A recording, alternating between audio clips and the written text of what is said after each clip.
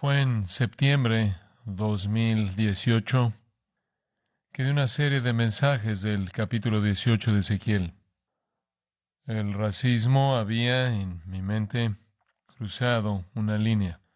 Toda forma de racismo, teoría crítica de raza, interseccionalidad, racismo sistémico, privilegio blanco, los oprimidos y los opresores, otros asuntos saliendo del movimiento feminista y el movimiento homosexual, habían cruzado una línea del mundo en el que la amargura y el rencor, la venganza y el odio florecen al reino.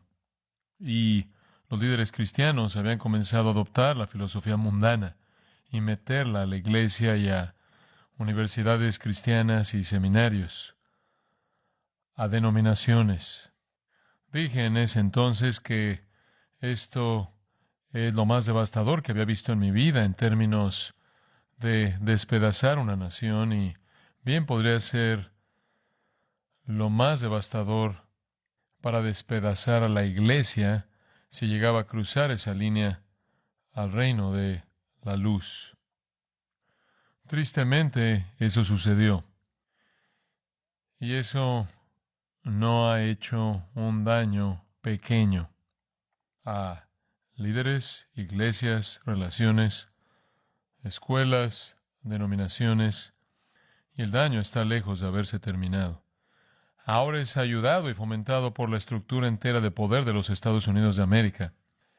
Y desafortunadamente, de manera ingenua, evangélicos que no disciernen fueron aspirados en las filosofías detrás de todo este racismo y han adoptado esa causa y ha creado caos con respecto a la claridad del mensaje del Evangelio. Y siguen hablando de él como si fuera parte del Evangelio, lo cual es claro que no lo es, ni es parte del reino de los cielos, el reino de Dios. Simplemente es la última versión de filosofía humana llegando a florecer. Comenzó unos 300 años atrás con la Ilustración.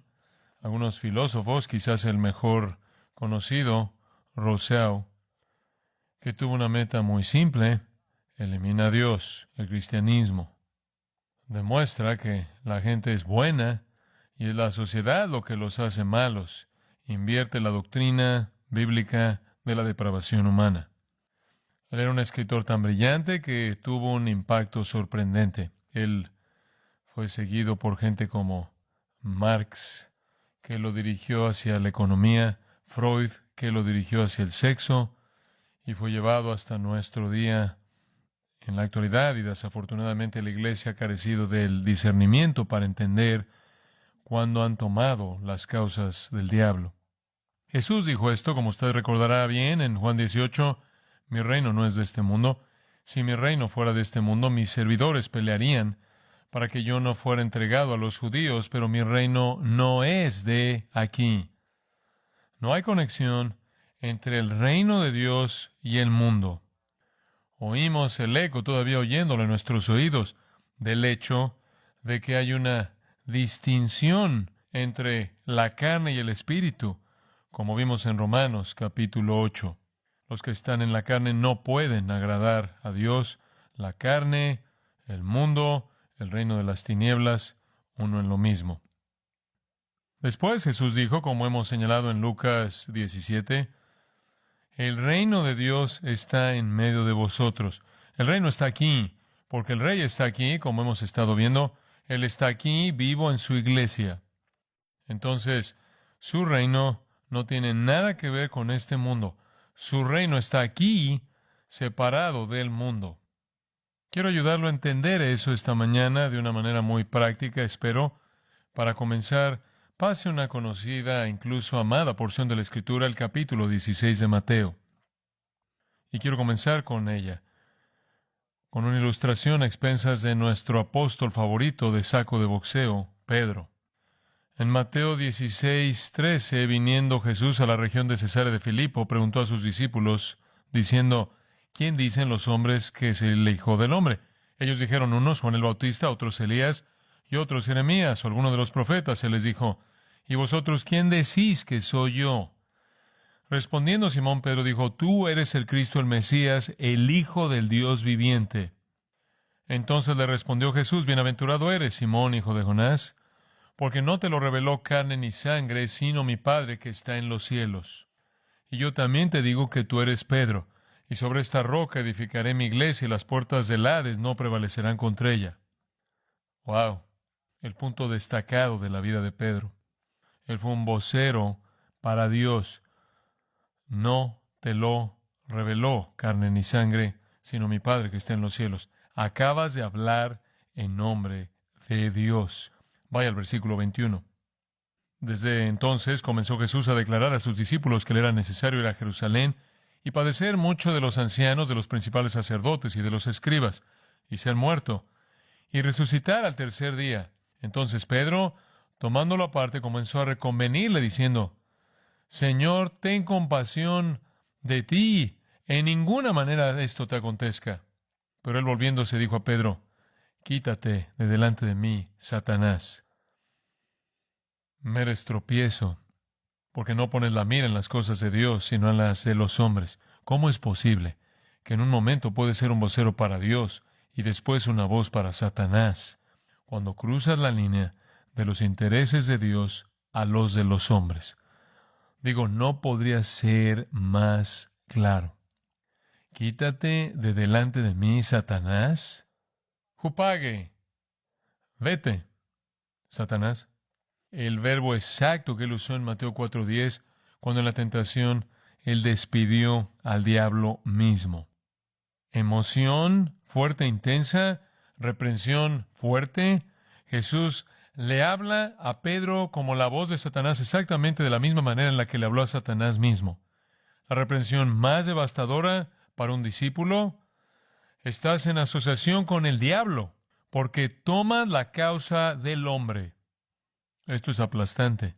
Pedro significa piedra. Eres una roca y ahora eres una piedra de tropiezo. Estás estorbando los propósitos de Dios. No estás poniendo tu mente en los intereses de Dios. Mismo término que usted oye en Colosenses 3, poned la mira en las cosas de arriba, no en las de la tierra. Esta es la peor reprensión, y para un discípulo amoroso que acaba de llegar al punto alto de su vida, el punto bajo debió haber sido completamente aplastante. El camino del diablo es hacer que la gente que confiesa la verdad se enrede en el trabajo del diablo, cruzando una línea del reino de la luz de regreso al reino de las tinieblas, para hacer que los cristianos piensen que el reino de la luz puede avanzar. Escuche, sin sufrimiento. No necesitas ir a la cruz. Podemos conseguir lo que necesitas sin la cruz. Y esencialmente él estaba diciendo a Jesús exactamente lo que el diablo había dicho. Te daré todos los reinos del mundo, simplemente póstrate ante mí. Pedro está reciclando esa misma tentación. No necesitas morir. Hay otro camino. No necesitas sufrir. Puedes hacer concesiones. Puedes hacer compromisos con el reino oscuro.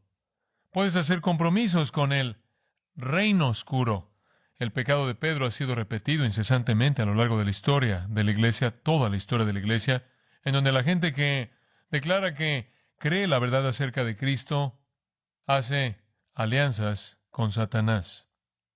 Los cristianos han estado tratando de usar al mundo, las tinieblas, la carne, los espiritualmente muertos, para ayudar de alguna manera a que Jesús edifique su reino. Esencialmente han hecho tratos con el diablo.